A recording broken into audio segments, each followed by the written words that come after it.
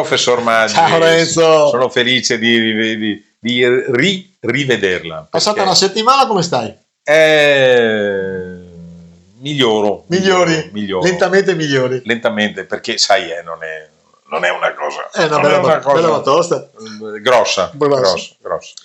Allora, sai cosa ti volevo parlare? Io sto continuando il mio giro con la voce dei paesi. Vedo. Bellissimo, complimenti. No, ma tra l'altro scopro dei bravi sindaci.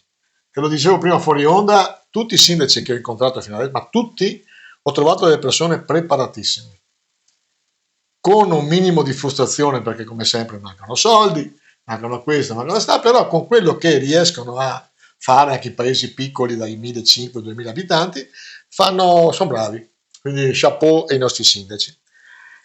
Però ho riscontrato che la nostra provincia ha un difetto di fondo, non c'è un'identità. Cioè, è difficile trovare un comune denominatore tra Melara e Portotolle. Beh, l'unico comune denominatore fra Melara e Portotolle è il Po. Ciò nonostante, facciamo anche un'altra riflessione. Allora, abbiamo il 45esimo parallelo, che è un filo che unisce praticamente tutto, fin quasi a Melara. La attraversa longitudinalmente. Ed è praticamente un quarto di mondo, dovrebbe essere anche una cosa molto, secondo me, più pubblicizzata e fatta conoscere. Abbiamo l'Adige dall'altra parte, Rosolina, Badia, e come dici tu, da Melara a Barricata il Po. Ciò nonostante non c'è un comune denominatore. Cioè, a Melara non sanno come ragioniamo noi del Basso Polesine e viceversa. Allora, a noi manca un comune denominatore perché per varie ragioni.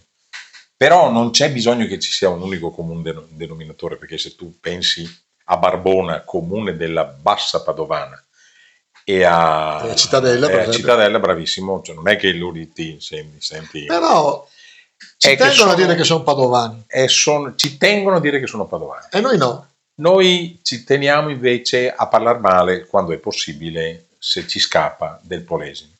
Dobbiamo credere molto di più in noi stessi, nella nostra provincia. E perché, secondo te, che motivo atavico? Perché a questo punto è un discorso proprio storico che non ci crediamo, cioè non ci appartiene questo territorio, siamo un po' ferraresi da una parte, padovani dall'altra, veneziani dall'altra ancora. No, perché se tu fai questo, se tu poi alla fine parli con i cittadini, i polesani sono orgogliosi di essere polesani, è che negli ultimi 20, sta storia che dopo l'alluvione del 51 noi abbiamo avuto una grande, tutto vero, la grande migrazione, eccetera, ma poi abbiamo cominciato a piangere su noi stessi e noi dobbiamo smettere di piangere su noi stessi. C'è poco da fare, bisogna credere nella... Però un'altra cosa che ho riscontrato in questo viaggio, faccio due esempi, Canaro e Occhiobello, che sono mentalmente più vicini a Ferrara, ma non solo sono mentalmente più vicini. Fanno parte della cosiddetta Transpadana Ferrarese. Sì, però non ci sono i mezzi di comunicazione col centro storico di Rovigo.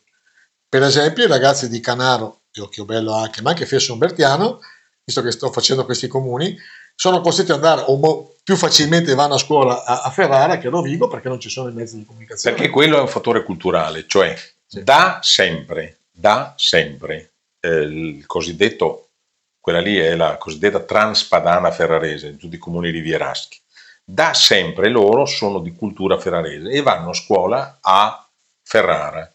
Da sempre. Però non ci sono neanche i mezzi di comunicazione, il treno ha sospeso un sacco di... Ma sai perché? Perché non sono loro che non chiedono di venire... Dice che è un serpente che si mangia la coda. È il cane che si morde la coda, perché non sono loro che non... Che preferiscono andare a Ferrara. Vanno a Ferrara, anche perché parla frarese, per cui non... Ecco, per questo dico che manca un'identità. Il fatto stesso è che quando vai in giro per il mondo, fino a ieri, adesso cominciamo a dire che siamo del Delta, però fino a ieri si dice abitiamo vicino a Venezia. Certo, difficilmente dicevamo che sai perché il polo un polo importante, se tu vai in giro per il mondo e dici che sei di Venezia, sei vicino a Venezia, va bene, perché Venezia se dici è un polo. Rovigo, se ti dici no, a me uno ha detto perché Rovigo fa provincia, pensavo che fosse sotto Milano. Pensavo fosse RHO, no?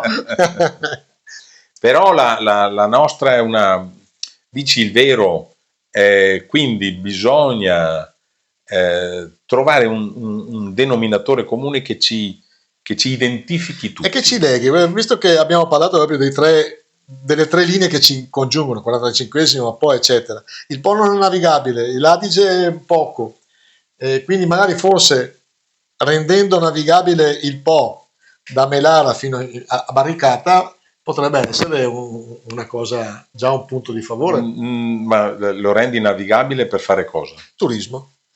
Ecco, questa è una cosa, questa è una... No, pensavo più che altro turismo. No, questa è una cosa molto interessante perché bisogna, e dovremmo ripensare, abbiamo bisogno di un polo,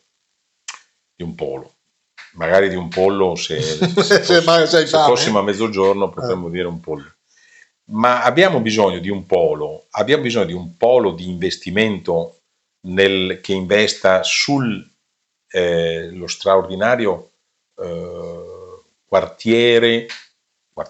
area che è il Delta del Po. Il Delta del Po, non lo dico perché noi tutti e due siamo del Delta del Po, ma perché è, diciamo, vendibilissimo, ma noi con le nostre sole forze non riusciamo a far identificare questa cosa. Sì, non ci crediamo un po' tanto. No, ma anche perché l'abbiamo forse troppo. Dobbiamo trovare un grande partner, un grande partner che culturalmente e anche culturalmente, topograficamente, creda nel Delta del Po e lo valorizzi, che sia anche un partner economico, ma abbiamo bisogno che da soli non riusciamo a uscire dalla pozza d'acqua. È vero, trovando un sindaco, forse quello di Polesella, mi diceva c'è l'interesse da parte di un grosso investitore straniero per questa parte da Polesella in giù. E tra l'altro ho scoperto che la zona UNESCO non è solo nel Delta del Po, c'è anche la parte da Ficcarolo in su, che riguarda il Po, sì. Quindi mancherebbe proprio la fetta che va da Ficcarolo fino a Polesella circa. Pensa, noi siamo la provincia che non ha protestato circa 10-15 anni fa.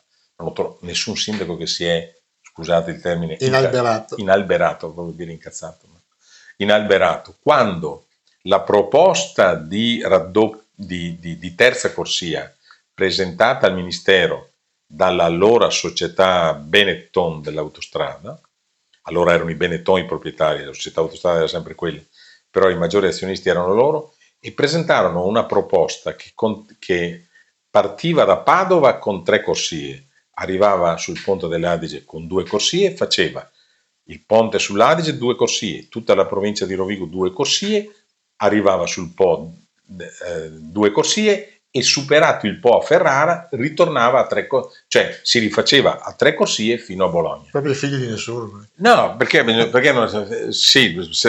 non dire un altro termine, perché siccome i 2 ponti costavano, quindi hanno fatto, eccola, ma la cosa che ci deve far arrabbiare è che non è che abbiamo trovato sindaci che si sono inalberati usando l'altro termine e hanno detto ma come? Ma sicurezza, da noi 2 corsie e gli altri 3 corsie. Resisto tutti, come niente. Quindi sindaci, sappiate che o cominciamo a tirarcela, a tirarcela. Come uno slogan che io ho usato da mo' e qualcuno me lo sta copiando, ma questa è un'altra storia. Avevo un sassolino da tirare. Cittadini di Rovigo, tiriamocela.